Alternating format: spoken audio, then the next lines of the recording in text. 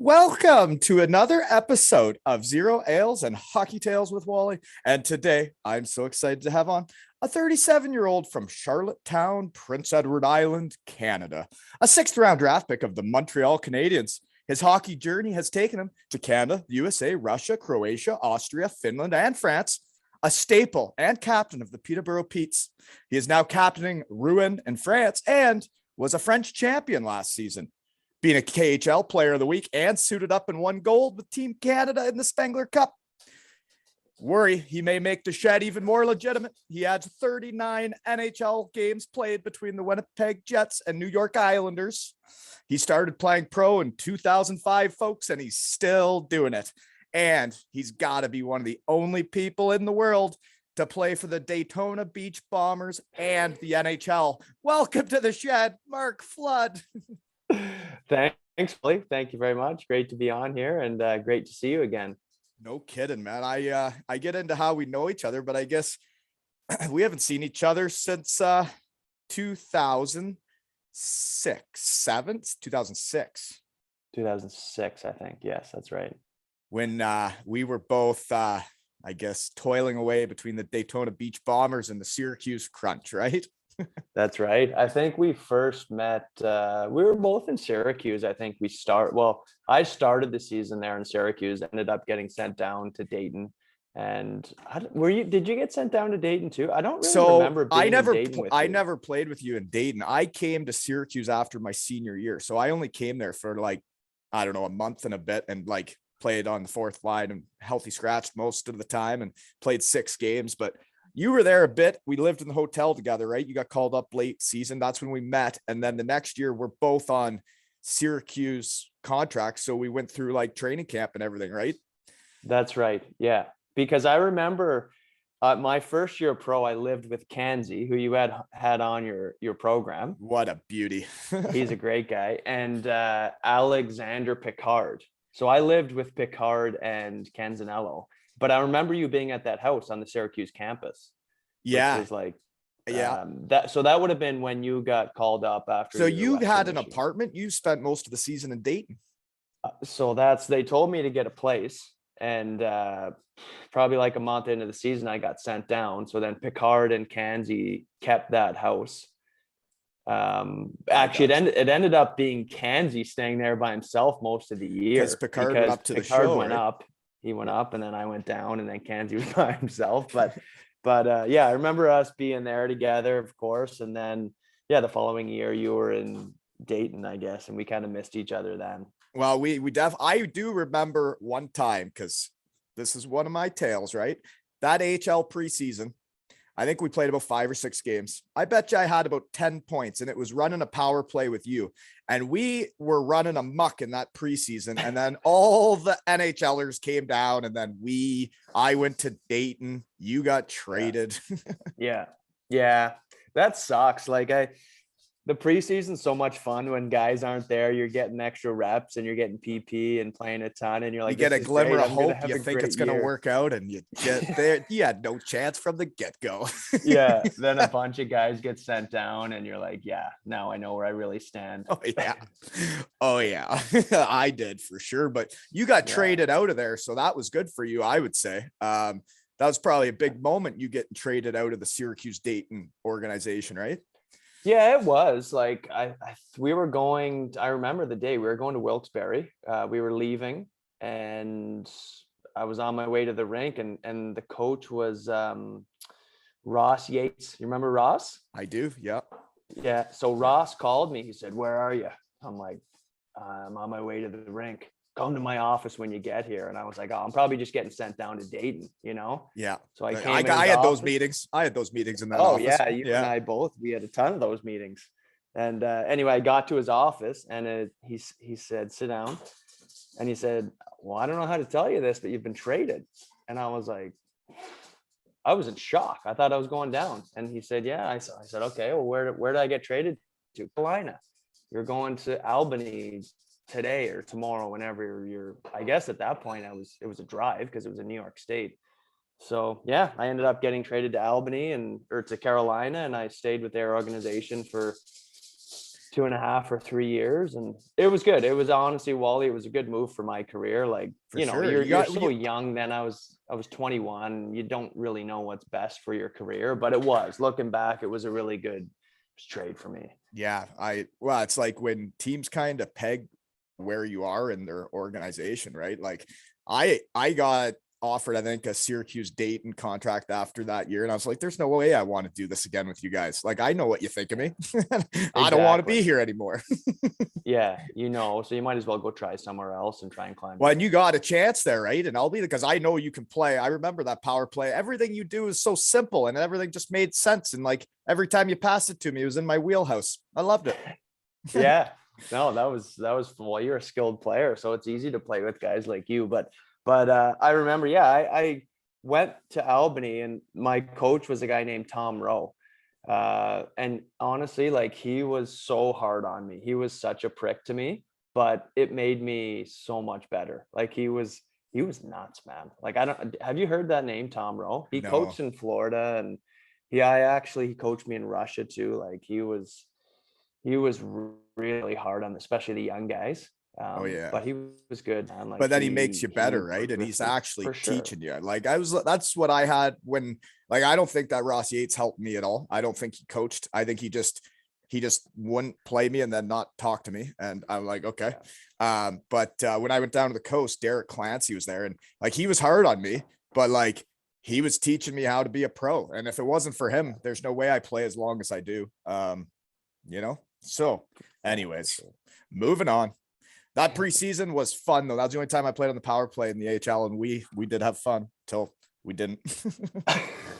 But yeah, we lived in the hotel. So you didn't live in the hotel at the Marks, that big circle? No, I did. Yeah, I did. The round circle training camp, right? The next year you would have been living in the hotel with me while we're grinding out, trying to be asked to stay, right? Mm-hmm. And Swezzer, remember Swezzer? Jeff Swez, yeah, he was there. He got a full room. He even got a little kitchenette, punk. Yeah.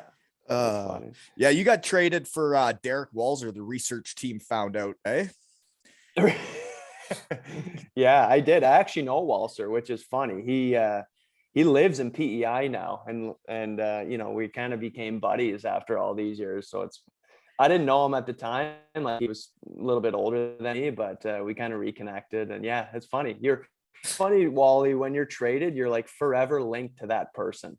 Yeah. You know, like in all your bios, it's like, got traded for Derek Walser, or whoever gets traded. You're like forever have a relationship on paper with that person. Yeah. So that's a question for you then. If he's living in PEI, what other PEI guys have played in the NHL?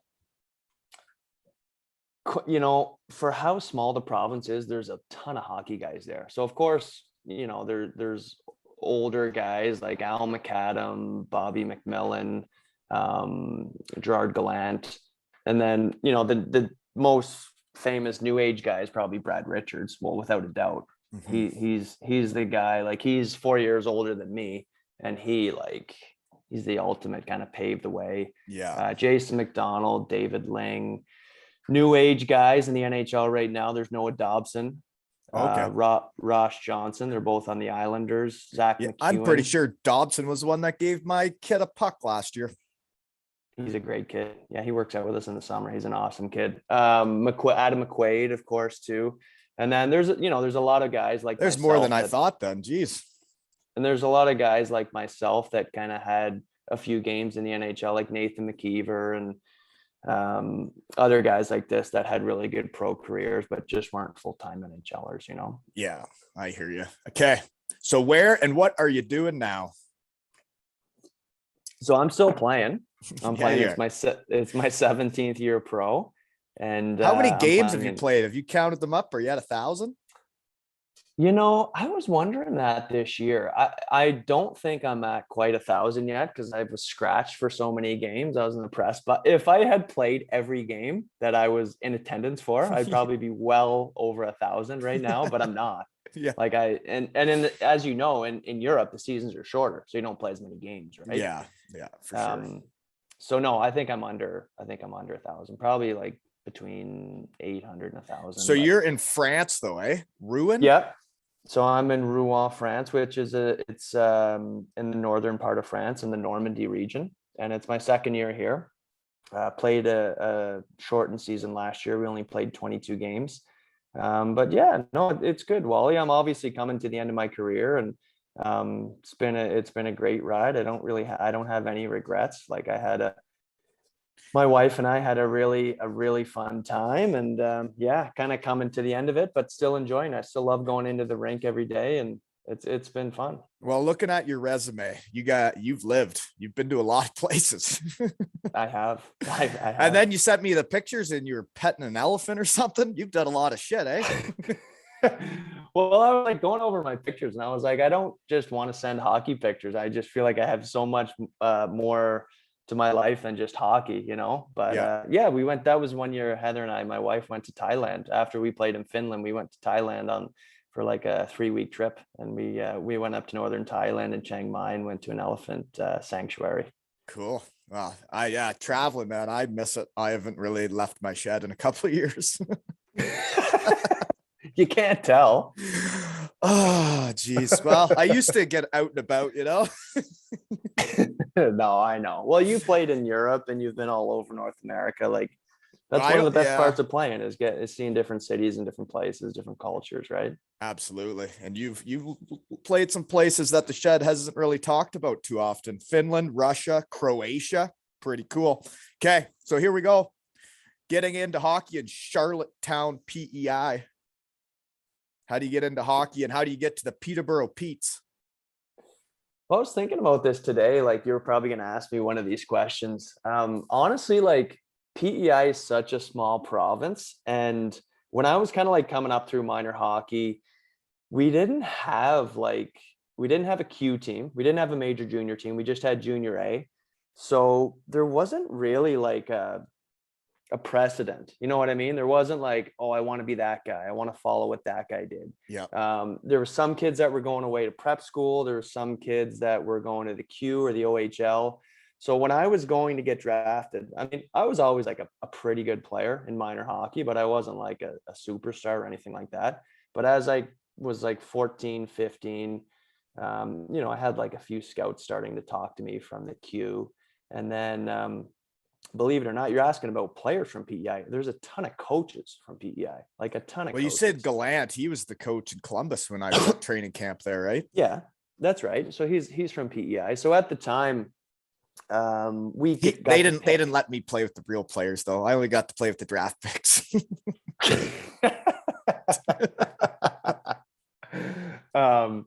So we didn't have a Q team, so we got to pick what league we wanted to go to, right? So you can only declare for one draft, the Western League, the Ontario League, or the Quebec League. You could have even signed up for the Western League. I could have, yeah, because we didn't have a Q team. Weird. So anyway, I ended up, and I was talking to a few prep schools and U.S. colleges, and my dad was a teacher, like they're big on education. So I was thinking about going to do the college thing, but it seemed like, as you did it, it's a commitment. It's like, yeah, I'm going to go there in 2 or 3 or 4 years even, right? So it's like a long-term commitment. Anyway, I ended up declaring for the OHL draft, and Peterborough drafted me. What round? I didn't look. Research team didn't look at sixth round. Round. Same as the NHL draft. Exactly. So here's a funny story. So at the time, Dave Cameron, he's a coach. He was coaching. He coached the World Junior team this year and other years as well. But so Dave calls me before the draft. He's coaching Toronto St. Mike's Majors, and he says, he's got this deep voice, and he goes, "Hey, I'm going to draft you tomorrow." And I was like, all right, perfect. He's like, don't worry where I draft you. I'm going to take you late, but you're going to be on the team. And I was like, perfect. He's like, no one knows about you. So they're going to try and take a late round on you. Take a late round so that they don't have to waste like a high pick on me, right? Because no one really knew about me. I was from PEI. I was never scouted or anything. So anyway, the next day, Peterborough drafted me in the 6th round. And he told me after the draft, he was like, I was going to take you with that pick. And friggin' Peterborough drafted you. But he ended up taking another Islander, Daryl Boyce, who ended up going and playing there for 4 years. So it worked out well for both of us. But yeah, that's how I got to Peterborough. And then I played 4 years 17 to 20-year-old there, and loved it. Loved Peterborough. Had lived with some great people there. I still keep in touch with my billets. Awesome hockey junior town, like a small. So you had to move Ontario away town. from home, I guess, at 17 or 16. 16. Yeah, that was 16. Yeah. How's that moving away at 16? You were ready for it? No. I mean, I wanted to, like, I kind of committed to it, and I'm like, I'm gonna stick this out no matter what. But it was tough. Like, I was still just a boy. You know what I mean? Like, I was. You want to hear a funny story? That I used to really care what people thought of me, and I would never tell the story. Now I don't give a shit what people think of me. When I went to the OHL training camp and they work you out really hard, and I was from Elmira, didn't really understand working out or anything. I was so tired. I had a bedwetting problem as a kid. I pissed the bed in the billet's house. I was never going back there. Not in a million years. Did the billets know you pissed the bed?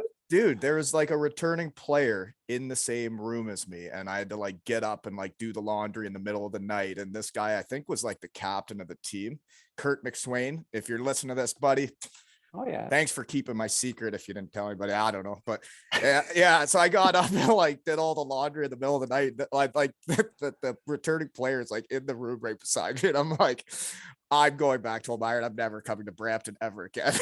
Brampton. I remember him. I remember McSwain. He played in Brampton. Yeah, he was a great guy. Great guy. He was the one he was the one to teach me when I got there. But yeah, that's how young I was, right? Like I wasn't even drinking, you know? Well, that's the thing. Like, you're just a boy when, like, you don't know what you're doing when you go there, right? So no, you don't. Anyways, I thought that was a funny story. Okay, that is funny. This is probably one of the only people I go to an OHL training camp and wet the bed. The bed. Yeah. Oh God. Okay. Couple guys I wrote down that you played with there. Trevor Hendricks. Right. Yeah. Yeah. We both played. So you played with Hendo in Elmira, is that right? No, the Daytona Beach Bombers and Syracuse, right? He was that same time you were there. And he was with me in Dayton, and then Cardiff Devils. So I played my first and last years with him. That's pretty cool. Yeah, we reunited. Chinner. We used to call him Chinner. That was his nickname. Because of the sock he had on his chin, right? Yeah, he had a chin he had a huge chin. Our coach actually. Didn't he always have a goatee too on it? He always had a chin strap goatee. He had to go with the full beard now to cover it up. He's a great guy though. Oh yeah. He was hilarious. Oh yeah. Man. Yeah. It's cool to see him too. Like, he's got a family over there in Cardiff now, and good for Chan. They're expecting their second, him and Laura. So shout out to them. Gonna have to get him back in the shed before the second one comes out, because you're gonna be in one, Hendo. And it's funny because when we saw each other in Cardiff on the way there, we had seen each other since Dayton. He walks up to me in the airport. I got like a toddler, pregnant wife, whole bunch of hockey bags. And he walks up to me and says, "Wow, Wally, looks like you're in one." Now you're the one in one, Hendo. Okay. And you also played with some stalls, right? Eric and Jordan? Yep. Eric and Jordan. Yeah. I played with Eric my first year or two, and then I'm pretty Jordan, sure when we were living in the hotel together, you told me he was one of your best buddies. Do you still talk to him? Yeah, I do. Like, we're not super tight, but I still keep in touch with him. And it's kind of like all hockey guys, right? You're best buddies for a year, and then you kind of stay in touch and you see what they're doing, but you don't really talk that much, right? Yeah, exactly. And like, he lives, well, he's in Minnesota right now, but he's from Thunder Bay, like, we're pretty far apart, like, geographically, but I went to his cup party, went to his wedding. He's a great guy, great fella. Yeah. So you had a good time then in Peterborough. Loved it. But you got drafted to Montreal. When did that happen? Well, I was drafted in 2003 to Montreal. So I think, So how'd you end up with Columbus then? So I didn't sign with Montreal. Montreal drafted me, and I did their development camps and whatever training camps for 2 years.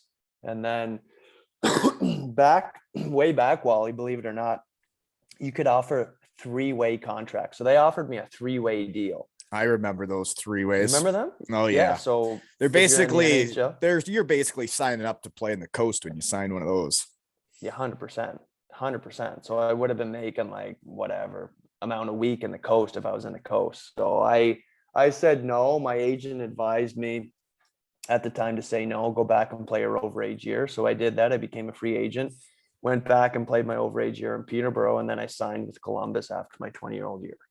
So that's how I ended Okay, up with that Columbus. makes sense. I gotcha. And then Yeah. weren't some of the brass for Columbus, weren't they from PEI, not just Gallant? Weren't some of the brass? Well, the GM, Doug McLean, that's essentially how I got signed there. He's from PEI, and Who is I the don't want to guy? say I Who is just the got guy that signed. signed me? Who is the guy that was in charge of the AHL? Jimmy Clark. That's the guy. Yeah. Jimmy Clark. Yeah, he's from PEI too. He's, you know what? Like the older I've gotten, when you're younger, you're just kind of like pissed off because you're never make the team or called up or whatever. You're like, these friggin' guys. But the older I've gotten, like they're actually great guys. Like, No, I got great nothing guys. against them. I know I got exactly what I deserved when I showed up the way I did after my senior year. Like we had been out for 2-3 weeks and I don't think I was going anywhere. We had fun. I'd put on some pounds. And then all of a Yeah. sudden I'm going to the AHL and they wouldn't even let me use my stick. So then all of a sudden I'm using some random curve I can't pass with, and I sucked. No doubt I did suck. Well, we all did at that point. Hey, but anyways, before I forget, the Sundin jersey in the back is signed by Matt Sundin, and that is to raise money for Sick Kids Toronto. So that's at my website, aleshockeytales.com. You can buy tickets for the raffle, and the money's going to Sick Kids Toronto. So buy tickets, folks. Right? That's awesome, Wally. Okay. So you got drafted by Montreal, didn't sign with them. Who was your favorite team growing up then? Montreal. I figured that. Were they close? Montreal, they're the closest team to use. If you're PEI, you're either Montreal or Toronto. Right. That's Pretty well. Yeah, I got you. Okay. So then you end up signing with Columbus. So what was it? A 2-year deal, 3-year deal? It was a 3-year deal. So at the time, the junior guys would get a 3-year deal, and I think college guys were 2-year, right? On an NHL. I think so. I got just the 1-year AHL, right? Okay. Yeah. Anyways, so you go to NHL training camps, because I remember going to the Columbus one and I just couldn't believe I was there. What was it like for you the first time? It was the same, Wally. Same as you. I was like, I'm used to watching these guys on TV. Yeah, man. And then you go there and you're like, oh my God, there's whatever. Rick Nash. Rick Nash. Freddie like Modine, right? I grew up watching the Leafs, and then he's at training camp with me. And I'm like, holy shit, he goes to the movies just like us. Seriously, that's what it's like when you're young and you kind of see those guys for the first time. You're in awe a little bit, right? Yeah, I was. And then they wouldn't even let me play with them. But that's the way it is. Like, seriously, that's the way it is. And then you get on the ice and you're so nervous. Like, you're just gripping the stick, trying to make a pass. And then once you settle down a little bit, I was like, I wish I had learned it sooner, that I could have played with those guys from day one. You know what I mean? Absolutely. I totally know what you mean. Because when I got to the AHL, man, that's how I behaved. I was like such a pussy. I was so scared to be around those guys. And as soon as I get the puck, I think I needed to pass it to them right away instead of playing my game. Like, I was so worried what all those guys thought of me. And right. Like, it's so true. I was the same way. Like, I wish I had my like the kids now have confidence. Like, oh yeah, they do. They have so much swagger, but like back when you and I were coming in, it wasn't like that, right? You're not allowed. You weren't allowed to have swagger. Those guys would put you down in your place if you showed up with swagger.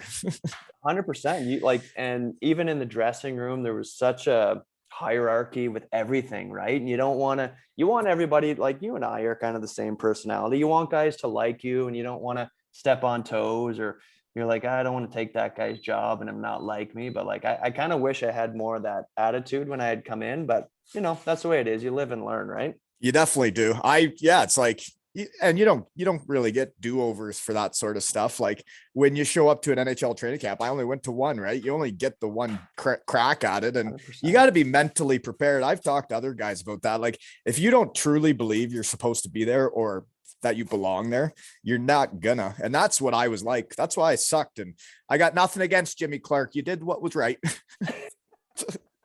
Send me to the Bombers. Derek Clancy changed my whole career. So thank you. There you go. Okay. So then I saw when you're in Dayton, though, a couple guys I got to shout out here. Paul Kelly, what a legend. he's a piece of work, but I lived with Paul actually. So Yannick Tifu was just on and he lived with him the next year. Okay. I played did he try and make a Tifu. beer wall with you? He tried to fill the whole wall with beer cans. Man, he crushed beers. Like, have you been kept in touch with I Kelly? haven't talked to him yet, but I got to get him in the shed because it was like Tifu would say, Kels would just say, doing work, son. And he would just bang back a 30-pack playing video games. Man, I'll never forget we had a Sunday afternoon in Dayton. Paul woke up. Remember Timmy Conserata? That was the other guy I had written down here, Kelly and Conserata. So I live with those two guys. So Timmy and I were like, we're trying to like do the right thing. Like we're, basically trying to get back up to Syracuse, and like whatever. Anyway, so Paul was he was just boozing all the time, right? So we played a Sunday afternoon game at 2.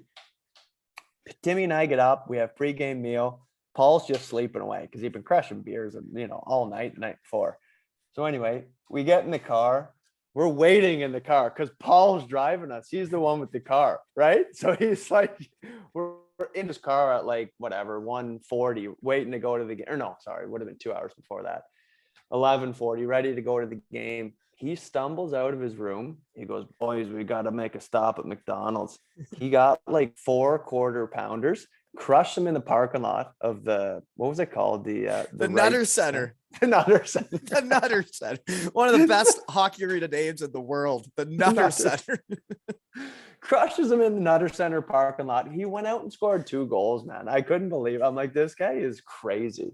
He is a legend of the game, man. Like did he fart a lot in practice when you were there? Oh, like not even practice, not all the time. All the time. It would clear rooms. A lot of hockey guys fart, right? But he actually cleared rooms. It actually made you want to vomit. That's how bad it was. It was because you could see the stuff while he's putting in his body, right? Like he just abused himself.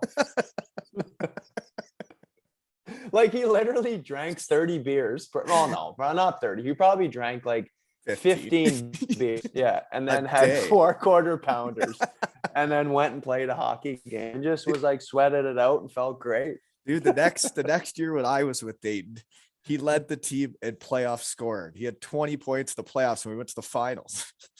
Well, he's a good player. He is a good player, but he was good hungover too. Like he was a pro, man. He was good. He really helped our team. He has legendary stories, man. I got to get him in the shed. I think he's there. Oh man. Yeah. You got to get him in there. I wonder what he's like now. I'd love to see him. I think he's like married with kids, but, Timmy Conserata, he would be a guy like us where when he goes to an Nhl training camp, he would have been nervous too. And we all hung out, right? Those are my guys. Yeah. But Timmy's an awesome guy. Quiet, wicked shot. Yeah. Yeah. Okay. Yeah. He was one of the guys, like he's a right shot, right? A right winger. And me and him were basically playing for the job in the AHL with a couple other guys, but like we still hung out because he's a good dude. And like then there's the other guys that you're battling with that were just dickheads, like actually dickheads. Yeah. Anyways, moving on. Hard. So you liked your time in Dayton then? Because you played 50 games there, so you're there most of the year. Yeah, I was there most of the year. You got to make the best of it, right? It's not it's what you make of it, right? But I liked my time in the coast. Like I got to play a lot and like our team was not good. So, but like, man, the coast is a different beast, eh? Like, well, back then, like I can't imagine it's the same now, right? Now it's like all young draft picks where back then that we actually had quite a few on Dayton that year, but like there were still the guys, that were lifer coast guys that were enjoying every day, right? Oh, guys would literally come home from practice and start drinking. Like it was Yeah, it was a different time, but I enjoyed it. Like I said, Timmy was good to have there because him and I were both like, You're both trying to be prospects and work your way out of there. yeah, we're trying to get out of here, but we enjoyed ourselves too. Like I really enjoyed my time there. I've nothing but good things to say about it. Dayton was like, where we lived, the area wasn't great. It was kind of like a community. Like it wasn't a city per se, right? Like it was more Yeah, it was like don't know. town homes, right? Like not nice Yeah. ones. No, it wasn't great, but we were young kids. It was fun. I enjoyed it. Yeah. So then the next year we talk about you're on your second year of the deal. Then we do training camp together. I know we ripped it up because I remember Yeah. I'm like, there's no way they can send me down. I got like 10 points in 5 games, but they did.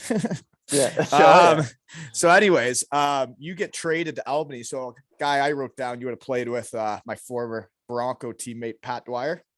Yes. Yes. Great guy. Played with Dwizy for 3 years, I think. He's one of those guys, like when I was in college, he was drafted by Atlanta. And then I'm not sure what happened with that contract. He's been on the show before, but yeah, like after college, you get to the AHL. I'm scared shitless. I play like shit. And then we play against Albany, and Pat Dwyer is the best player on the ice. I still remember it. Like, how did he get so much better and I got so much worse? He was really good. He's a really good player. Yeah. He was dominant in that AHL game when I played against him. Dominant. Yeah. But you guys both were in that same organization. So you were that with them for, I guess, 2.5 seasons then with Albany. Yeah. I got one written down here because Yannick Tifu played in Albany and he said he got in a bus crash. Were you on that bus? I was just going to say Patty was on the bus too. Really? Yeah, we were in a bus crash. We were coming back so we played that night I think the game was in Lowell, and our bus broke down. So we were going from Lowell to Albany, and the bus broke down. We got to Springfield. So we were pulled over in a parking lot in Springfield, and they said, yeah, we need to send another bus from Albany to come there, exchange the buses, and then go back to Albany. So we're waiting in this parking lot for like whatever, hour and a half, 2 hours. Finally, the bus comes. We get on the bus. It's about 3 a.m. and the bus driver is flying because he's like, I got to get back for another trip at 6 a.m. So he's like, I got to drop you guys. So he's like flying, and it's a cold night. It's probably right around this time in January. And yeah, all of a sudden we hit the rumble strips. Guys were sleeping, hit the rumble strips. I'll never forget it. It was boom, boom, boom. We flipped on our side and we slid for about 100 meters on the highway. And yeah, guys were everywhere. Like it was just shrapnel everywhere on the bus. I remember standing up on the broken glass because we were on our side. And yeah, and then it was just, Justin Peters popped open the security latch and we all crawled out, just making sure everybody was okay and stuff. No one was, well, actually my roommate he broke his neck, Casey Bohr. I don't know if you remember that name. I remember that name. Yeah. He went to St. Cloud. He broke a vertebrae in his neck. Our radio guy had a really, really bad concussion. Nick Blanchard, I don't know if you remember him. He's a French guy, really good guy. But Blanche had the guardrail came and pierced him in the stomach. So we had some guys that were banged up, but I mean, we also had a lot of guys that were okay too. So luckily nobody, there was nothing real serious. Casey ended up coming back and playing too. So Jesus. Anyway, yeah, Tifu was there and Patty Dwyer was there too. Yeah, so that's a good group of dudes, but yeah, Tifu wasn't up there that long. But so you finally you come into your own in the AHL, like you get comfortable there though, eh? Because you got the first full season, kind of 53 games, 22 points, and then you have 31 points the next year. So you're legit now, as they'd say. Yeah. Yeah, no, it was kind of Tom, that coach that was hard on me.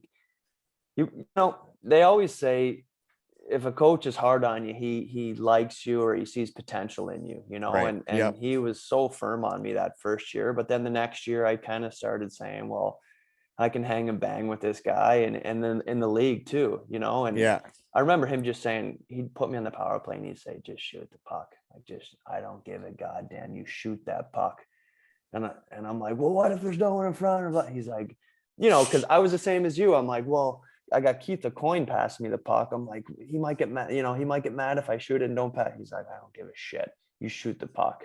Right. So I got out there, I started shooting the puck, and what started happening? I started scoring. Right. And then so when you shoot the puck, you get the ones that get knocked down, and then you get apples too, right? You got to get it towards the net. Exactly. So then I kind of just, my confidence started building a little bit and started scoring some goals. And I was like, geez, like I was never really had a good shot, but I was like, oh, my shot's not that bad. I'm scoring goals. It can't be that bad, you know? And then, yeah, it just went from there. And I thought I was getting close to a call up with Carolina. Never happened, but I know I was like in the mix, but I always kind of wish I did, because I know it would have been like guys who playing in Raleigh love it there. Yeah. So I would have loved to get a crack there, but never happened. But it's all good. No, yeah, for sure. It's all good. You've had a hell of a career. But yeah, so you're knocking on the door, but then you're 3 years ends, the 3-year contract ends, and you sign with the Islanders instead of Carolina then? Yeah. So Carolina qualified me for 1 year because I burnt 1 year in Dayton. Right. Right. So they re-signed me for a year, and then, then I was a free agent and I signed with the Islanders. And I spent most of the year in Bridgeport with the Sound Tigers. And so you've already had 4. This is your 5th year pro now? Yes. Yeah. So your 5th year pro, and you got to feel like you're getting close. So what do the Islanders say? Like when you're a free agent, and you're like, you've been a full-time AHL guy, like, do they promise you anything? Do they like, we're thinking you fit in here or there, or what's that like? How do you choose the Islanders? Well, their assistant GM at the time, a guy named Kerry Guider. I don't know if he's still with their organization or not, but he was a great guy. And he just called and said, basically said, listen, we don't have a very good team. You're going to have a chance to play some legit games if you come in and play well. We're not going to guarantee you anything, but you come in and prove yourself like you kind of have been the last couple of years in the American League. Like, you're going to get a legit shot to play some games. This is our D core, whoever they had. They had like Andrew McDonald, Freddie Meyer, Andy Sutton, some of these older guys. And I was like, geez, I might have a chance to be like the 7th, 8th, 9th defenseman there if they get a couple of injuries. So yeah, that's kind of why I ended up signing there. Again, I was in Bridgeport most of the year, but I got a cup of coffee. I played 6 games there. Well, so that's what the Shed wants to hear about, because I obviously never got these phone calls. So I am curious, how do you find out that you're going to the NHL? So it's not out of training camp. It's midway through the season or what? Midway through the season. Yeah. Our coach was Jack Capuano, who ended up going to the Islanders for a good while. I think he's in Florida now. But okay. I remember that name. Yeah. He's a beauty, man. He's an Italian guy. He's so funny. But Cappy calls me. We were in Norfolk. We were playing a game in Norfolk, and he calls me after pregame skate. He calls me over. He goes, "You're going up." I was like, "Go where?" He's like, "You're going up." And I was like, "No way." I'm like, "You're fucking kidding me." Like, the words you want to hear your whole life, right? Yeah. Yeah. And you actually heard them. He just kept saying, "You're going up." So I was like, all right. He goes, "You're flying home back to Bridgeport." He said, just wait there. Scar Snow was the GM at the time. Snowy's going to call me and I'll call you. I was like, all right. So I flew back to Bridgeport. I was there at my apartment. I was waiting. The boys played the game in Norfolk that night, took the bus back. They're back now. The boys are back. I'm still waiting. Didn't get a call. Still waiting. So you just missed the game. And I'm like telling my parents, telling my buddies, like, I got called up. They're like, "Oh, when are you going?" I'm like, "Well, I'm kind of waiting for the call." And so anyway, it didn't end up happening. I never got called up. No. So yeah, because I guess you know what it's like. Somebody was like kind of hurt, but not hurt. And they were like, wait, I think it was Mark Streit. There was something wrong with Mark Streit, and they were like, yeah, we don't know if he can play or not, but we don't want to, because they're pinching pennies there with the Islanders at the time, right? So they're like, we don't want to call him up and pay him for a day if he's not going to play, whatever. So anyway, it didn't end up happening that time, but later in the year, That would have been horrible, man. honestly, it Before was we move awful. on, I can't imagine it's your 5th year pro and you finally are going up and you're told that and then you don't. Oh man. Yeah, it was awful. Like Yeah, man. Especially it when you was, told your buddies and stuff, they must have been like, Flutter's lost his mind. well, it was like, honestly, it was a little bit embarrassing. Like I'm telling everybody, and Right. it didn't happen, right? They're like, where the hell is he? But anyway, yeah, I was just like, whatever. I didn't really, honestly, Wally, at the time, I wasn't like that worked up about it. I was just like, it's gonna happen again, whatever. Like I know I'm right there. Like if they were gonna call me up this time, hopefully it'll happen again. So You always had an easygoing vibe about you, Flutter. yeah, well, at that time I did, and yeah. Anyway, it ended up happening later on in the year. So So then yeah. was it the same type of situation? He goes over to you and says you're going up, and then we're like, are you actually serious this time? Oh yeah, I was giving him shit. I'm like, yeah, right, Cappy. Like you did that. I heard this tale before, you know. Yeah. But So who was your first NHL game against then? it was against Calgary in Long Island at the old arena there. Well, fun fact, the Islanders are my son's favorite team because Tom Kuhnhackl was playing for them from Landshut, Germany, and he let us go down and he brought a signed hat for Colby. He was actually playing for the Penguins the first year. Then he went to the Islanders, and we went to a couple of his games, and every time got to meet some players, and big Islander fans now. That's awesome. Well, that's cool. That's really Well, it's cool. when the guys are nice, right? And they're willing to like take pictures with your kid and sign stuff. Like when we went to a game at the Red Wings against Islanders, Kuhnhackl wasn't even there. We snuck down where like the players and fans come out. We just kind of acted like we belonged. And we got down there and all the players came over and were signing his jersey and taking pictures, like Anders Lee and all those guys. Great people. But yeah, we tricked That's everybody in awesome. that arena. That's cool though. But you know, like hockey players are the best, right? Like guys don't mind doing that stuff, right? Well, For the and most it part. means so much. And it's one of those things you learn as you get older, right? Like Yeah. it doesn't take long to throw a puck to a kid. But like I remember No. that Dobson, he was one of those guys that was nice enough to say, hey, kid, have a puck. Yeah. He's great. Yeah. I mean, I fully endorse Dobby. He's a great kid. Yeah. So you actually played for the New York Islanders, eh? And the Dayton Bombers. That's cool. A couple of the Shed's Yeah. favorite teams. So what do you remember about that first game that you was like, obviously we talked about being nervous in the AHL and training camps or whatever, but like when you actually get to an NHL game, I couldn't even imagine how nervous I would have been. So what was it like for you? Well, it was the same. Like I remember us saying like you're kind of in awe of those guys. I remember I was so nervous that day. Do you remember Trevor Gillies? Mm-hmm. The fighter? So Gillies he was my buddy, like my good buddy at that time. We had played in Albany together, and then we were in Bridgeport to start that year. And then we both got called up to the Islanders. So he was like, man, Gillies, he's a piece of work. But I remember after pregame skate, he's like, hey, Floody, I'm buying your first pregame meal. I'm buying it for you. I was like, okay, okay, Gills. So we went to the hotel. We were staying at the hotel right across from the arena.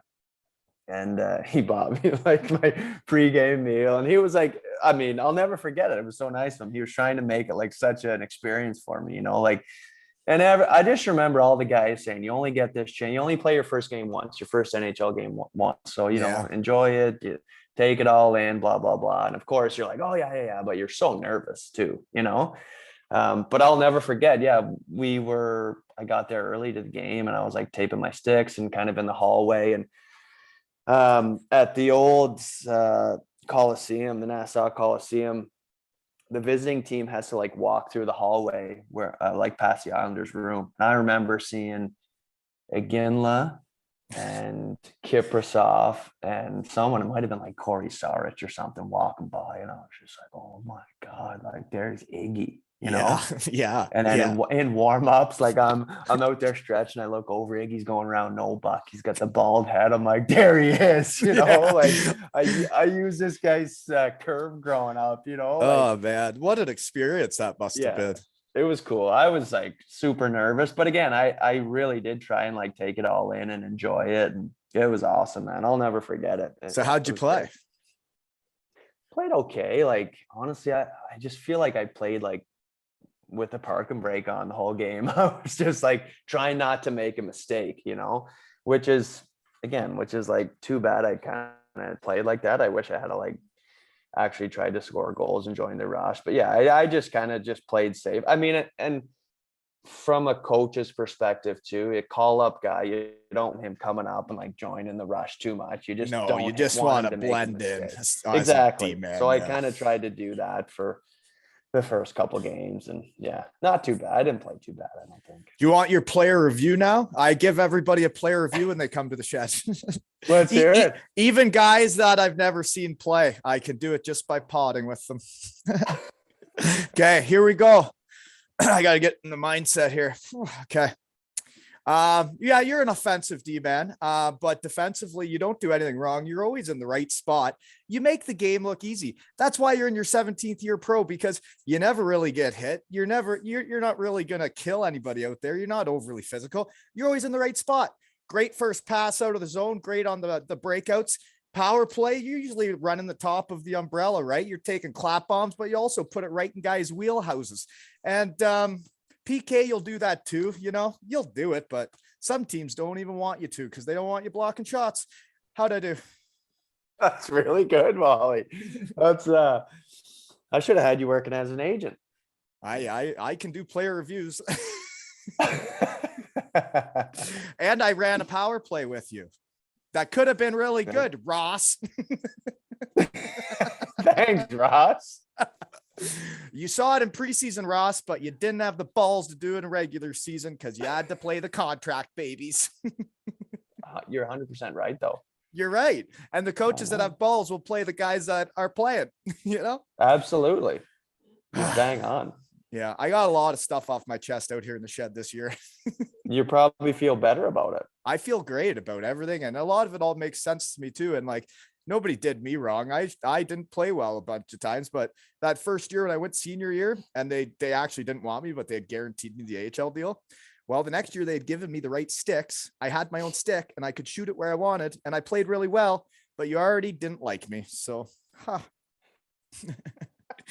okay, let's get back into the Islanders though. So you got to play 6 games. Were they all at once? Were you up for that long at one time, or did you go up and down?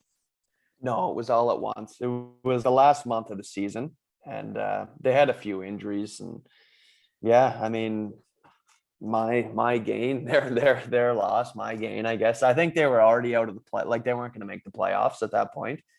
So it was great. I kind of ended the season up there, and then after that went back to Bridgeport. Pretty sure we lost in the first round. What was it like getting your first NHL paycheck? Buddy. It was something else. Yeah, it was like, unbelievable. It's like what like guys make the whole year in Dayton, I bet. Yeah, seriously. It was like, I remember getting it and being like, geez, that's a lot of money. But then it was like basically cut in half because of taxes too. And I was like, God, before taxes was supposed to be that. Now but it's still like insane. Like it was, you're right. It was like I don't like what guys make in a year, really. Well, and I wasn't even making, like, I was making league minimum. You know what I mean? And isn't it bizarre, like when you've played in the coast and then you go to there, and it's like, for me, once I get older and I'm not as scared to be around guys, and I saw a lot of NHLers come over to Europe, and then you see them play and you're like, really? But like, it's amazing the money difference from the coast to the NHL, where the talent level really isn't that different, right? It's not. And well, you see, I mean, a ton of guys go from the coast, not a ton of guys, but a lot of guys go from the coast to the NHL. Like, it's not uncommon, right? Well, Trevor Frischman, former Potter, also went from the Daytona Beach Bombers to the Columbus Blue Jackets, right? Same organization. And he was a great player. And, you know, like, testament to him. Like, he just grinded his way up and got it done. And yeah, And he played a role. He fulfilled a role. He played third line and penalty killed very effectively. And he was the guy that won the job over me. And, you know, hats off to you, Bruce. Way to go. But the pay scale it's crazy from the coast to the end, and the treatment. It's just the way those guys get treated, and they fly and never touch their gear and everything. It's wild. Yeah. And it'd be cool that you got to experience both ends of it, right? Honestly, it made me appreciate it way more. Really, like, well, it's like when you talk about the kids that have swagger now and they just show up and think that they run the world, right? And that they're going to be first line everything. And you know what, they are, but they have that confidence, but they also like expect to be in the NHL at 18 years old, right? Well, it's entitlement, Wally. Like, I shouldn't say all the kids, a lot of them feel entitled that like they deserve that right away. Whereas like for guys that I feel kind of grinded it out, and the coast of the NHL, you appreciate everything so much more. Wow, I'm really proud of you. Thanks, Wally. That's the softest thing I've ever said on this. I better toughen up. Okay, so a couple other guys that were on that team when you're 6 games. Matt Molson, played against him in junior B. He got mono, so I won the scoring title. Haha, Matt. Shouldn't be kissing girls in high school. Where did you play against him, Wally? He was in Guelph, and I played for Elmira at junior B, and we were in a scoring race the entire year. And then I was right around like before a month out, he got mono and had to miss a few weeks. So I beat him by about 10 or 15. But did you like get the girl to kiss him or something? I don't know what he was doing in high school in Guelph, man. I didn't get mono. I was focused on hockey, Matt. And Tavares was on that team, eh? So he would have been the captain while you're there. No, he wasn't the captain yet. No. I think he had been a young buck, eh? He was pretty young then, yeah. But he was like the next year or two, he was probably the captain. Okay. Anybody stick out to you as any other than Gillies? Anybody stick out as like just a really good dude when you got called up and like made you feel welcome? Because I remember going to the Columbus training camp. Guys that stuck out that seemed like beauties were Chimera, Ants, and Carter. There was a group of them that were hanging out, and I could tell they were the type of dudes I would hang out with. But then there are other guys that would just walk by you and pretend you weren't even there. And you're like, what a guy's an asshole. You know what? I'm going to give a shout out to a guy who he got a lot of bad press, but a guy who was like super nice to me, I don't know why, was Rick DiPietro. Like, he, like, I know he signed like a 15-year deal, which is insane, by the way, but it's also not his fault. No, exactly. Who's going to turn that deal down? If someone offered that to me, I'd take it, but they only offered me 1 year at a time. Yeah, me too. But Ricky was just like, so he had spent he spent quite a bit of time in Bridgeport. So I kind of got to know him a little bit because he was hurt so much. So they would send him down to play some games with us. Right. So I kind of knew him a little bit from that. And then I came up, and man, he was so nice to me. I don't know why, but he was really good to me. Honestly, even the other goalie, Dwayne Rollison, he was like, to my girlfriend at the time, my wife now, like, even to her, he was like, kind of went out of his way. I'll never forget it. Went out of his way to like kind of be nice to her. And those are the people you remember. 100%. Did you ever figure out why you got invited to the shed? But it was you, Kanzi, like Caldwell. He was a beauty. I don't know if you overlapped with him there, but like those guys, he was there when I was there. Yeah. Like, you guys were the ones that like reached out. I know Kanzi was the first one when I got there after my senior year, that after practice, he's like, you want to go for lunch? And then, you remember that shit. 100%. Like that stuff means more than, like, whenever you play in a team, you don't remember like, oh, that guy was a great player. No, you remember if he was a good guy or if he wasn't a good guy. And that's what you talk about. Yeah. And, for me, the most interesting thing for me is like seeing who gets listened to the most. It's not about their hockey career. Well, that's what I mean. Like, we're doing this, we're going year by year. I mean, it's great. It's nice to chat about it, but yeah, it's not like, That's not what it's all about. I know. No, for sure. But Yeah. But anyway, gotcha. yeah, those two, they were really nice. And of course Gillies. But there was some, like, Doug Waite was on that team. He was injured at the time. Like, I think he had like season-ending shoulder surgery, but he was kind of like bopping around the room. I never really talked to him much because he wasn't playing, but yeah, there was some Dougie Waite, like what a legend. Oh, he was awesome. What a saucer Like, he pass. was- Yeah. I remember he had did he have the blue or the black blades when he played Edmonton like a long time ago? Gorgeous. Tongues out. Yeah. Tongues out isn't my thing, but it looked good on him. Yeah, it did. So after you get your 6 games, though, and that's the end of the season, your 1-year deal's up then? 1-year deal's up. Yeah, So 1-year deal. they gave you your first NHL games, but you don't go back to them, eh? Yeah, they were just kind of like, I don't know what happened, if they were like, it's weird because I had a pretty good year in Bridgeport too. Like, I think I had 10 goals there, and I don't know, they've just moved on to somebody else, I guess. Obviously there's always younger, newer versions coming up, right? Exactly. And cheaper, and they're one of those organizations that they're kind of looking for those like fringe guys that are cheap, and well, like they signed Matt Molson that year. He was on the same deal as me. I think he was making 105 in the American League and minimum in the NHL, and he signed the exact same deal, and he ended up playing with Johnny T and signed like a he was incredible in front of the net on a power play. Like, I saw it in junior B, and I remember that, like, Mark, my coach, saying to me, that guy is going to be a hell of a pro. And I didn't really understand what that meant when I'm in junior B, but like, I get that now.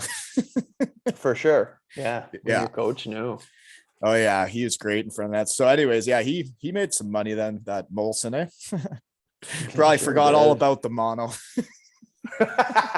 Didn't bug him one bit. Okay. So then you signed with Winnipeg, eh? No. So then I signed an American League deal with the Moose, Manitoba Moose. So a straight AHL deal.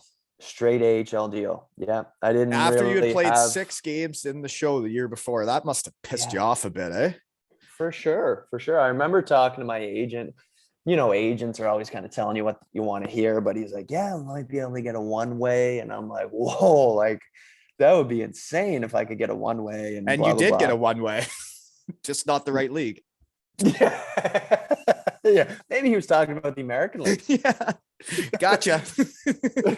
So anyway, yeah, that's where I was gonna go either there or Hershey, where like I said, I had a good year and I was hoping to get an NHL deal, no bites. So Hershey wanted to sign me and the Moose wanted to sign me, and I ended up going to Manitoba. And again, I loved it there. Like, you did, I loved it, man. It's it was a so hockey nice town there, eh? Like, they love their Moose. Awesome. Yeah. Yeah, it was so nice to be in Canada too. Like, after playing 5 or 6 years in the States, kind of in smaller cities where hockey wasn't that popular, it was nice to go to like a hockey country and a hockey city. Yeah. And we were playing in the MTS Center, which was a great rink, and we were getting fans. We were flying everywhere. Like, it was top class. It was like playing in the NHL, honestly. Yeah, I remember them having quite the support. I never went to a road trip there, but they came to Syracuse. I got to watch them from the press box a few times. Yeah, looked like a solid organization. But you had a hell of a year, eh? 40 points and 63 games played, man. That's a lot as a D-man in the AHL. Yeah. So you got a hell of a power play. Who's on your power play with you? Who are you taking? Who are you setting up? Who are you putting in the wheelhouse for? Well, it's funny, that year it started with so our coach was Claude Noel, and he started off, we were with Vancouver. So at that time, Vancouver was our parent team. Okay. And they were playing all their prospects, up until this November, December, they were playing all their prospects, and we sucked. Right. Yeah. So then finally it clicked, and Claude was like, screw this. We're playing. He was one of those coaches that had balls and was like, balls. I'm going to play the best players because I want to win the game, not do play who they tell me to play. Exactly. So he started playing. So we had actually really good players on AHL deals. It was me, Marco Rosa. You remember him? No. He was a good American League player. We had John Weller. We had Nolan Baumgartner. Garth Murray was on an American League deal. And then we had on the Vancouver guys were like Bill Sweat was pretty good. We had Cody Hodgson. He was a high pick. He was a really high pick. I remember him in the World Juniors. He was really good. Yeah. Eddie Lack was our goalie, who was awesome. He ended up being a really good goalie. But anyway, yeah, I honestly feel like it was Marco Rosa was the guy that was like was running the power play. Yeah, he was good, really good half wall guy. But yeah, no, it was awesome, Wally. That was would have been pretty cold though, eh? I've never been out to Manitoba. Cold winters there, probably, huh? Really cold. Yeah, definitely the coldest place I've ever lived. There in Russia, probably. Yeah, we haven't even got to Russia yet. The one thing is going through guys' careers that mainly play in North America compared to Europe, is you kind of talk about like their personal seasons, right? Because North America is very individualized. It's not like you're talking about winning championships when you're in North America, because like the AHL, I just couldn't believe it, right? If your NHL team's good, then your AHL team's not going to have a good playoffs probably because you don't bring anybody down. But then I remember Columbus didn't make the playoffs when I was there with Syracuse after my senior year. Columbus doesn't make the playoffs. And all of a sudden there was literally 12 guys came down. And then all of a sudden I'm dressing in the shower. Yeah. Yeah. Like yeah, actually like Pascal Leclerc, there were so many of them came down. I'm like, you guys aren't even on this team. They're like, oh, well, I played 4 games earlier this year. So yeah, we're all back. Yeah. That's what happens. And, you know, I was thinking about that the other day. It's not really fair to the guys that were there all year, because all of a sudden they bring these guys down. They're like, yeah, we're going to stack our team for the playoffs. And it's like, is there not team chemistry? Like in professional hockey in North America, team chemistry is not a factor, really. No, it's not. Like guys are kind of out. I mean, of course there's good guys, but a lot of guys are out for themselves. Like they just want to get called up and get points. And, you know, it's a team sport, but it's individualized at the same time, right? You ever think about getting your MBA? I know a place.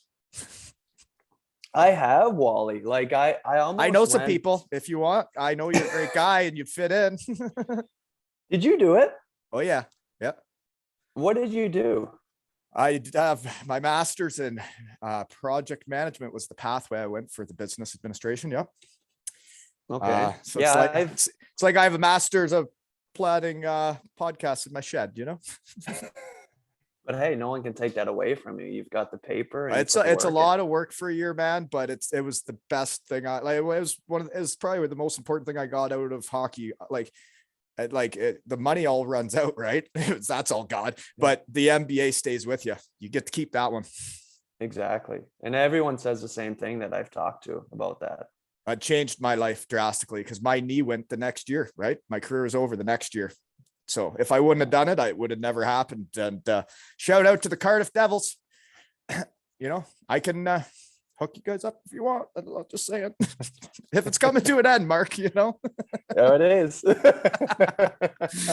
Just saying. Just thinking out loud here in the shed. So you play the full season of Manitoba, though, and you're probably thinking like the NHL, even though you get 40 points in 63 games, you're on an AHL deal. And like, you got to be frustrated. No? Well, I mean, frustrated, but you're also playing well and you know, it's going well. So then you do sign with Winnipeg the next year, which is right by the Manitoba Moose. Yeah. So then, basically the owner, Mark Chipman, who owned the Moose, bought the Atlanta Thrashers and renamed them the Jets. Oh, and he knows you. He knows me. And he knows you're good on the Moose, right? Exactly. And the coach is the same. The GM, well, they brought in Shovel Dayoff as a GM, but Craig Heisinger was the GM with the Moose, assistant GM now with the Jets. So it was like a really smooth kind of transition, honestly, to the Jets. That's for awesome. me. Yeah, no. And for the team. And that's when it happened, eh? That's good timing. It was great. So then what did you sign with them? A 1-year deal? Yeah, I signed a 1-year, 2-way deal with the Jets. And so this is your biggest chance, right? You play 33 games and this isn't the end of the season cup of coffee when they're not making the playoffs. You're playing. This is legit 33 games. Did you feel like you're a full timer? How does it happen? Out of training camp, or do you start in the A? So I started in the A. They sent me down out of training camp, and then I think I got called up. Me and a guy named Brett Festerling got called up, I think, in November. Him. He's a D man, right? Yeah, both D men. And so Festy and I got called up, and I never went back after that. I never went back. I played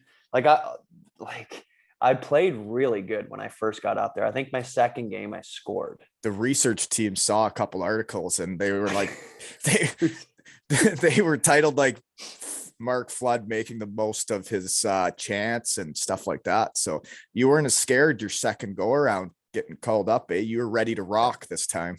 I was actually, and I did. I played well right off the hop, and that helped me. Like, that kept me there. I think in the first, I don't know, first 10 games, I probably had like 6 or 7 points. So I was like, joining the rush. But it was good because, like, I was confident because Claude was my coach the year before in the American League, Claude Noel. And you know him and you're comfortable with him. And yeah, and he did all the same drills in practice, and I knew the drills, and I knew how he operated. I knew what he wanted, what he expected, and I knew his everything, So it was literally like I was playing for the Moose, but just in the NHL with better players, kind of, what I mean? And get those paychecks we talked about. Exactly. Yeah. And I was in the same city, and I knew the city, and it was just, the trainers were the same. Like, it was just, there was a comfort level there. That's awesome. It was the same rink. It was the exact same trainers. The whole staff was the same. It was great. Yeah, that's really cool that you just transition right from the A to the NHL, like in the same spot. That's actually really cool. So 33 games, you're up the rest of that season. So, like, anything stick out that, like, you're like, I'm an NHLer now, like I'm here? Anything, like, is there any games where you're like, you scored goals, or is there any time where you're like, I'm here, like I'm here? Well, for sure. The day that Chevy, the GM, called me into the office at the practice rink, and he goes, I thought I was getting sent down. I was having flashbacks of the Dayton Bomber days. He's like, come in my office. And I'm like, yeah. Now and again, this sucks, but whatever. I'm like, it's all good. So I go in the office, and it's the coach and the GM, and he goes, well, I have good news for you. I was like, okay. He goes, you need to find a place to live. And I was like, wow. Like, when he said that, I was like, wow, that's you've made it. Like, that, Wally. Like, when no, seriously, it was, I remember in the AHL when I told you I did really well in the preseason. One of the trainers told Kansi I was going to be told to get an apartment the next day. And I was like, wow, that's crazy. And then someone else got sent down, and they never did tell me to get a place, but they actually told you that in the NHL, man. Yeah. So, they give you like a letter, right? They do it in the American League too. It's like, basically, I think you have like 5 to 7 days at the hotel left that they pay for. And then after that, they're not responsible. So yeah, they gave me the letter, go find a place. And I was like, wow, like, this is it. I've made it. Yeah. Yeah. I've made it. But of course, like, what it's like, anything can happen. There's never any guarantees, but that's when I was like, okay, I've kind of solidified myself as I'm going to be staying here for the next little while anyway. Right. Oh, that's really cool, dude. Yeah. So they told me to get a place, and then I originally got called up because there was injuries. Like, I think Johnny Oduya, Ron Hainsey, maybe Mark Stewart were injured. So they started coming back. Those guys started coming back, and I was like, okay, I wonder what's going to happen here. Like, I mean, I'm a pigeon on a two-way, and Ron Hainsey's making $5 million. Johnny Oduya is making $3.5 million. Like, I know what's going on here. Like, yeah, you know what I mean? It's like, it doesn't even matter sometimes how good you play, right? It's 100%. It's a business. So I was like, okay, I don't know what's going to happen. They're either going to, I got to go on waivers because I was 27, I think, or 26. So I have to go on waivers. So they called me in, and they were like, we're not going to put you on, we're not going to send you down because we don't want to lose you on waivers. And I was like, holy geez, like they've actually like value me. They don't want to lose me, you know? Yeah. So I ended up playing 33 games, Wally, but I think I was on the roster for like 65 or 70 games. They just kept me up. Like they wanted me there, which was great. Like, I mean, I wasn't playing all the time, but I was in the NHL and I was kind of a little bit older. I think, like I said, I was 27, I think at the time. So I was just like, I was loving it, man. I had a great year. I really enjoyed it. And then I played, I did play some games and I was comfortable enough to jump in and out of the lineup. So I was kind of like that seventh defenseman and stayed around there. It was a great year. Yeah, for sure. So then that year ends. It's just a 1-year deal and you do not resign with them. So did they offer? So they did, but again, my agent was like, I was like, well, it'd be nice to have a one-way contract. And there was a hiccup in the CBA that year. Well, two things. There was a pending lockout, like a looming lockout. And by the way, this was just so the folks get this, the year you play the whole year and they don't want to lose you. That's your 7th year pro, eh? Yeah. Yes. Yeah. That you finally worked your way there and they tell you to get a place, man. That must have been a pretty rewarding day. No, it was awesome. It was great. And then, so anyway, the next year that off season, obviously I wanted to go back. I loved it there. And everybody. We want you back. Yeah. But they said, there's something, they said, we can't give you a one-way. I said, okay, that's fine. I'm fine with taking the same deal as last year because I was making pretty good money in the American League on a two-way. Yeah. And they said, well, actually, there's a blip in the CBA that we can only pay you this amount, which was like significantly less in the American League, like less than more than half. Wow. So I was like, oh God. And they're saying they weren't allowed to pay you more than that? Well, there was a rule that if you're on an NHL roster for more than 40 games the year before, the most you could make in the American League is $100,000. Right. Really? So, and I was on a pretty good two-way the year before. So I was like, well, I'm going to be in the American League because there's going to be a lockout. Right. Yeah. So, and my agent was like, yeah, like there's going to be a lockout for sure. And I was like, well, I really they've been good to me. Like I've been there for 2 years. Like I really want to go back. And I feel like I'm kind of just starting to get going there. And blah, blah, blah. So anyway, then I was still kind of in limbo, didn't know what I was going to do. And then I got this offer from Russia. And I was like, I have to go, like it was kind of like, it's one of those no doubters. If you're getting offered that, and then they offer you something in Russia, you're like, gonna have to go there.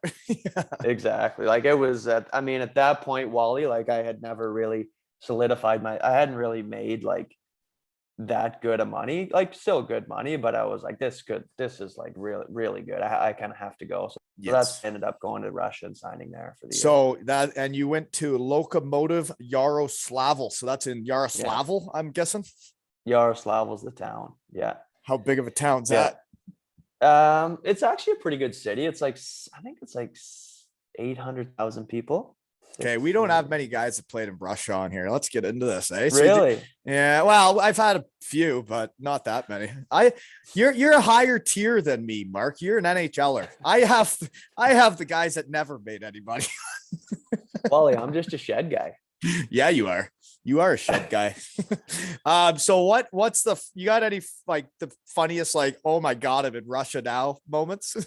Well, that team, when I signed with that team, they had they were the team with the plane crash. Do you remember that? Oh, really? So the year before, the whole team died in a plane crash. They were going to you were Minsk, on the team that started that next year then. The year after. Yeah. So it was pretty crazy, to be honest with you. It was the rebirth of the team. It would be. The year before they got in the crash, it was the first game of the season. They were on their way to Minsk. So they didn't play that year. And then the year after was the year I went there. So it was our kind of like the team's first time back in the KHL. So Wow. right off the hop, I was like, you know, my girlfriend at the time and my parents were like, you're going to that team that had the plane crash. Like, it was like kind of really scary, you know, Right. to be Yeah. honest with you. Yeah. But we had good guys on the team. Like, my coach was this Tom Rowe guy that I had in Albany that was really hard on me. So you knew the So coach in Russia.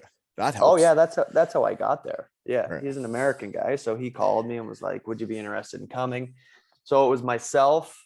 We had Stefan Kronwall, and Swedish defenseman, great guy. Sammy Lapisto, really good guy. So this Nicholas is during the Hagman. lockout. This is the lockout year. Yeah. You're getting a big deal in Russia during the lockout. That means you are legit. And we had good play. Nick Hagman was on our team. That Russia league must have been Curtis awesome that year, huh? It was really good. So we were allowed, then on top of that, Wally, each team could have, during the lockout period, we could have 3 Russian players, NHL Russian players. So it really bolstered the league too, right? So our guys were, we had Artem Anisimov, we had Kulikov, Dmitry Kulikov, the defenseman, and Semyon Varlamov, the goalie. So they were on our team. So basically we had these like pretty good NHL players, imports, and then we had these 3 Russian players, and you're like an NHL we had a team. sick Yeah. team. Oh, the team was sick. And then, you know, we had, You want a fun fact for the day?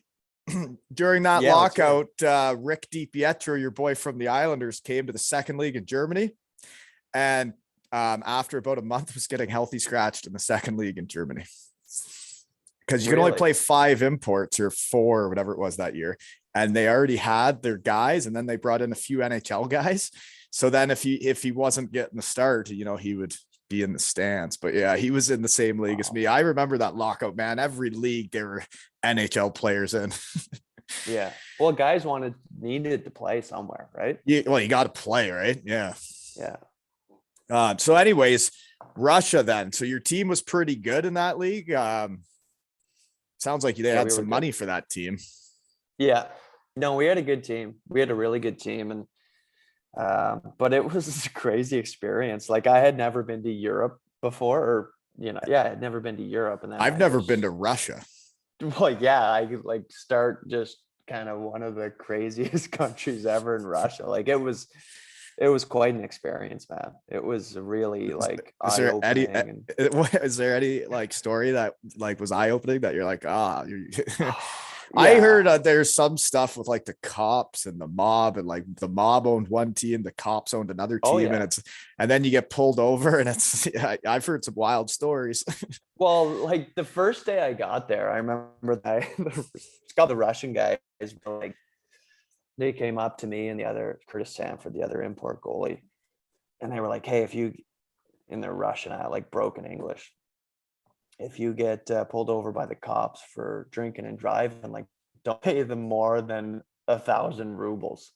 And I was like, "What? Like, what do you mean drink? Like, I'm not going to be drinking and driving." They're like, "Oh yeah, everybody does it here. So if you get pulled over, like, pay them for," basically at that time it was like 20 or 30 bucks Canadian. Like, don't pay it for that. They're saying don't pay more than 20 or 30 to get out of a DUI. To get out of a DUI. So, you know, just stuff like that. Like, and keep in mind, this was in 2012, so not that long ago. But at the same time, I feel like the country's kind of well, the league, especially the KHL, has gotten a lot better since then. Right, a little more legit too, right? And the travel and stuff, yeah. But yeah, so that kind of stuff, and just like, I don't honestly, Wally, there's no rules there. Like, if you have money, or you're like a hockey player, or like they call it like a sportsman, like a sports person, or have money, like you can do whatever you want basically over there. It's kind of scary, actually. Yeah. But yeah, there was good. Like, it was, I enjoyed it. Like, I really did.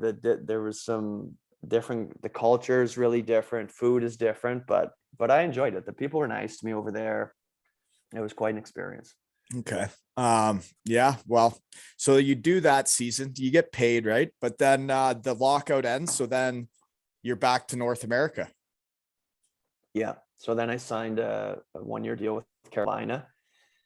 Coming back from Russia, Ron Francis was a GM at the time. I remember talking to him, and he was like, again, can't guarantee anything, but our D is not that strong. And I ended up signing a 2-way with Carolina with hopes of getting called up and getting called up. And but it never happened again. I ended up playing in Charlotte that year, which I loved. Charlotte's it's an amazing city. Have you ever played there, Wally? Nah, I don't think so.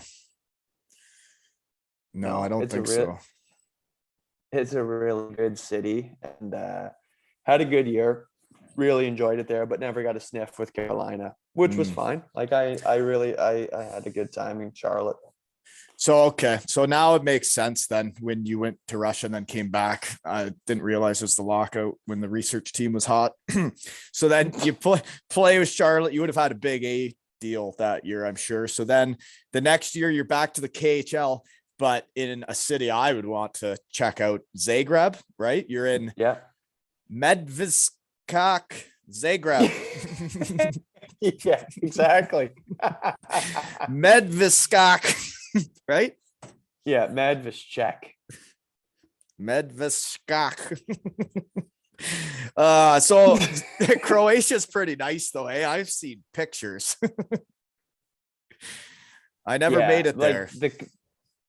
The coast is really nice. So Zagreb's more inland, but the coast is probably the pictures you're seeing, which is 2 or 3 hours from Zagreb. But yeah, there was a awesome. goalie on my team at the end of a season was going to rent a boat and go to a different town each night, and they were going to drive the boat down the coast of Croatia. Sounded like a pretty good time. That's awesome. Did he end up doing it? I believe. Yeah, I one of those guys I'd have to have on the shed, right? Because that was the end of the season. I never played with him again. Yeah. But Croatia is a good country. It's cheap living. It's your expenses are really low. I enjoyed it there. And the only let's not talk about hockey anymore. What's food like in Croatia? Food was good. The food was good. They have a lot of grilled meat and grilled veggies. Oh yeah, I like that. Yeah, so they'd bring out these. I remember going to Croatian restaurants. They bring out these big platters of just grilled chicken and pork and meat, and then potatoes and zucchinis and mushrooms and onions, and it was good. It was really, really good, and it was cheap. That's what I liked about it, is your money went far, right? Because you could, hotels and drinks, and you could go out to a nice dinner, and it was very, very reasonable. Yeah, Croatia was one of the places I always wanted to get to. Never did though. Well, you still can, Wally. Well, yeah, hopefully. Oh, hey, you got a dog, eh? Yeah, my little dog was scratching at my legs. He wanted up on the table here. What's your dog's name? Sully. Okay, so what kind of coach do you have in Croatia? Is he a Canadian guy? What do you got? Our coach was Chuck Weber to start. You know that name? Yeah, I do. Yeah. So it was Chuck, and he was a good guy, but we just kind of had we had a really bad start. So he ended up getting fired, actually, which is, you never like seeing that in hockey, but it happens. So Chucky got fired probably in November, and then we brought in a guy named Doug Shedden, who is I think Shed's he's an American guy, older guy. He definitely heard that name before. I think he might have played Landsuit, maybe. I don't know. He might have. He played in Pittsburgh for in the NHL, but then he went to Europe, and he coached. He coached in Switzerland. He coached in Finland. But Eds was an old school guy. I liked him too, because he kind of reminded me of that Tom Rowe, just kind of a rugged, kind of hard on the guys, but fair too. Right. So Sheds came, and it ended up turning around a little bit. We didn't have a great team, but I remember looking at Awesome that guys. roster and I knew like every guy on the team. So I was going to write down Yeah. guys to ask about, but I was like, I know most of these guys, so I'm not going to bother. Yeah, the guys were unbelievable on the team. Like it was basically like playing on a North American team in Europe. You guys had a It was lot so of North fun. Americans. Yeah. Yeah. Have we you ever did. heard of the agent David Amonte? Yeah, he's actually my agent now. Oh, really? Yeah. He was in the shed. He was telling me about getting guys to that Zagreb team that he had a little honey hole that every guy with the last name that ended with IC or ICH, he'd get them a Croatian passport. Well, that's what they would do. That's what they would do. That was him, Yeah. I guess. He was getting He the guys did it. over there. Yeah, well, good for him. Yeah, shout out to Optimum World Sports. I had his partner Pat Kirchio on too. Oh yeah, I know Pat. Pat's a nice guy too. Yeah, they seem like the agents I'd want. I mean, when I played, I never had like an agent that like I really believed had my best interests and worked hard for me, or even thought I was that good. Okay, so that year ends. You probably made some pretty good money there too. So when did you get with Amonte? I went with him, I think after one of the years in Austria. I ended up switching to, well, Gary Saigo was kind of the head guy at Optima. And then just last year when I came to Rouen, Imonti's partners with Saigo, and then he kind of does the French league. So that's how I got to know David. Yeah.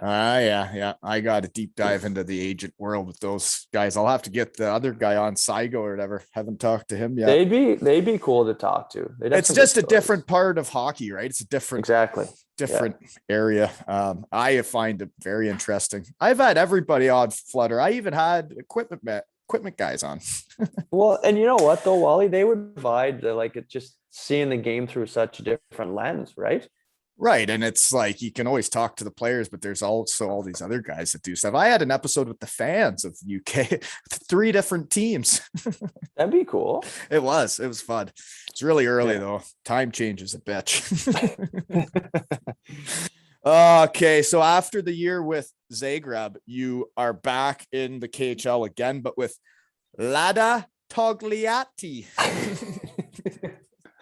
Yeah, so basically what happened after that year was I had signed a 2-year deal with Zagreb, and they were kind of running into some money problems. So they were trying to unload my contract is what happened.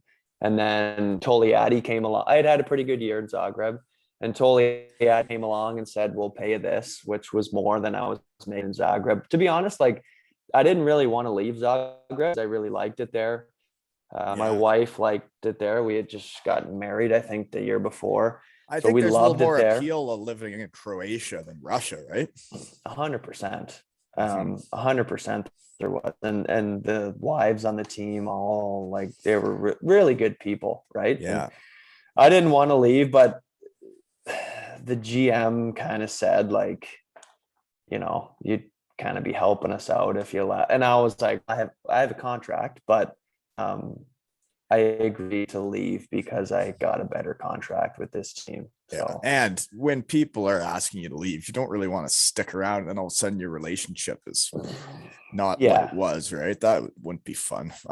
So anyways, what's this town like then? Where are we heading here? Where's Togliatti? It's honestly, Wally, it wasn't a great spot. It was. You were the only Canadian too, eh? Yes. I was the only North American. Yeah, the research team. There was another guy. There was a Swedish defenseman, Tobias Wiklund, who was awesome guy, and him and I were best buddies, pretty well together the whole time. But it was a tough year. I hurt my right shoulder in October, and I only played 30 games. It was a tough year for me. Honestly, it was really tough. But people, the one get is when you are the only Canadian or whatever, and it can be hard, right? It can be hard away from the rink to fill the day with something to do, right? I talk to some guys that just get over to Europe and they're like, I can't believe how bored I am during the day. Seriously. Yeah. Especially if you're by yourself, right? If you're if you have kids and they're not there, your girlfriend or your wife or single, like their days can be long if you're Yeah. not taking a course, you're not doing something. What You working, got to do doing something. I think when like, I don't know. I would have taken more school. Looking back on it, that's one thing I would have done was I would have always been doing something to improve myself, you know? For sure, for sure. And it's that's a good, like, that time management stuff, Wally. It's I mean, Christ, I've been playing for 17 years. I could have I could have been doing a lot of stuff, you know. It's the same. You don't, yeah, I hear you. So then after that year, it's tough, eh? So what's the food like in Russia? I'm picturing like boiled potatoes and some meats. What are we eating over there? Not very good, honestly. Like a lot of soup. Thank you. Yeah, staying warm. Sorry, my computer's dying. A lot of soup, a lot of pasta and rice. But yeah, I like some of the food, but like we're on the road a lot too, so you're kind of getting like some shitty meals at some of the hotels, and like it varied a lot. Some of the Yeah. hotels, the food was great, others it was terrible, right? I hear you. Okay. So after that year in Russia, you go from a shitty town to then Salzburg, Austria. So that's a pretty nice town, right? It is. Yeah, it is. And we kind of said, like, you know what, we grinded it out for this year. Like, I want to go somewhere nice and like enjoy ourselves. Just hold on a second, Wally. Okay. Yeah. No, I totally understand though. I'll take it from here while you're plugging in your computer though. Is when I was in Landshut, my parents and my wife went to Salzburg for a day trip. And Hey, buddy. yeah, no, I was just saying my wife and parents went to Salzburg when I played in Landshut for a day trip. I never got to go because I'd practice or something, but they raved of that town. Yeah, it was super nice. I loved it there. And the team sponsored by Red Bull, so that was kind of cool. Like, we wore the Red Bull helmets, and yeah, it was a great experience. My wife loved it there. The year was like, you know what it's like. It's Who was the coach there? Was the coach that Paycheck or whatever? You are really frozen, eh? Holy moly.